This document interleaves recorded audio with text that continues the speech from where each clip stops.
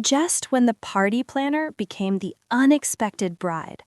Megan Collins had planned hundreds of weddings across downtown Atlanta, but she never imagined becoming part of one herself. At least, not like this. At 48, she was known for her calm voice, sharp eye for detail, and the way she handled wealthy clients who expected perfection. She believed in love, yes, but mostly for other people. Her own life was neat, organized, and intentionally quiet.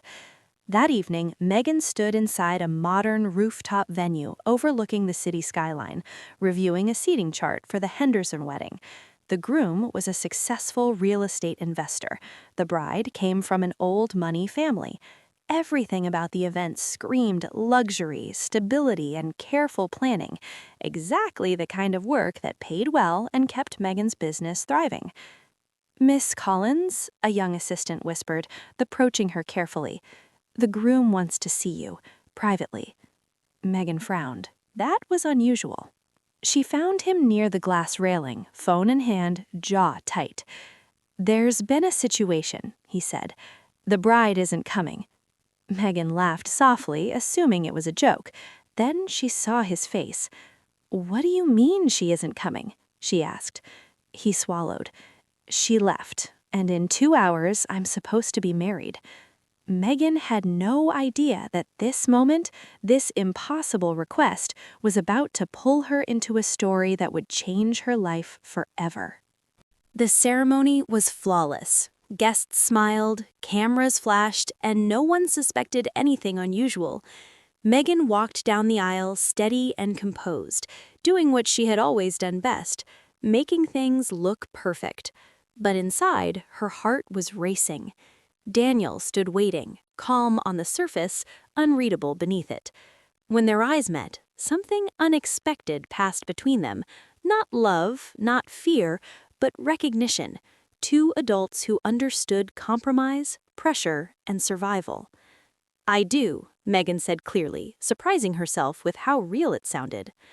That night, after the last guest left and the city lights blinked outside their hotel window, the truth settled in. "This is temporary," Megan said softly. "Yes," Daniel agreed, "but we'll be respectful." They set rules: separate rooms, public appearances only when needed, no emotional expectations. But as days turned into weeks, small moments chipped away at the agreement. Shared breakfasts, quiet conversations about work, laughter neither of them planned. Megan began to wonder when pretending started to feel natural, and that scared her more than the wedding ever had. Living under the same roof changed everything. Daniel wasn't controlling or cold like Megan had expected. He cooked, he listened, he asked about her day, and when she spoke, he remembered. One evening, Megan overheard a tense phone call. Daniel's voice was low, strained. "She wasn't supposed to find out," he said. "No, the contract is sealed." Megan froze. Later, she confronted him. "What aren't you telling me?" Daniel hesitated. For the first time, his confidence faltered. "There are financial matters tied to this marriage, business partnerships, legal obligations."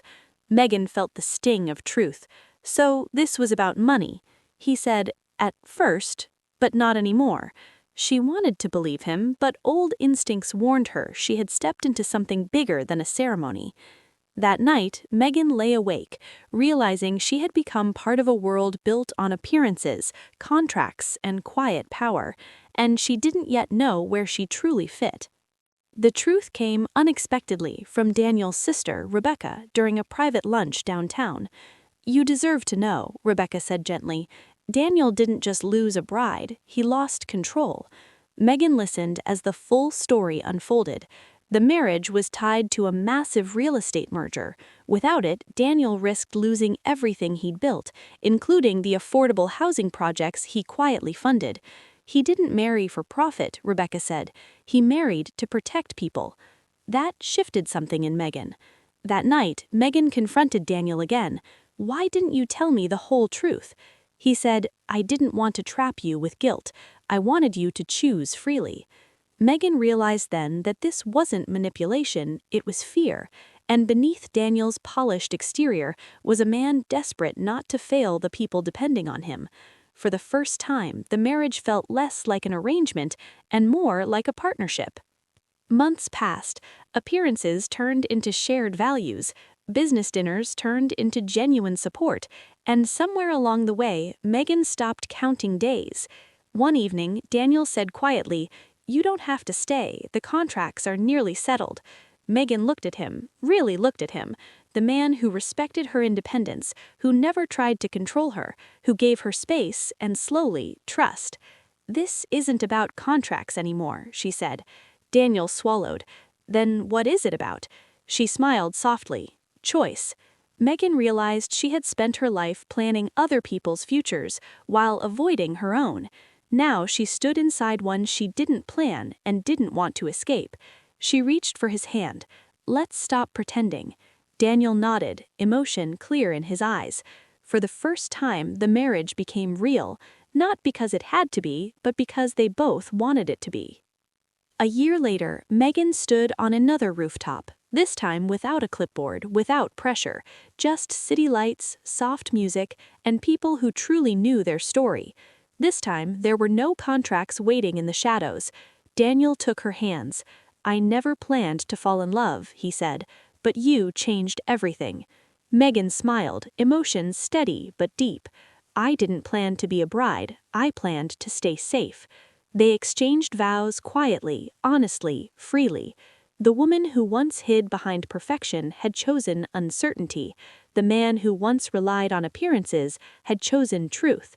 And together they built something rare, love born not from fantasy, but from courage, respect, and shared purpose.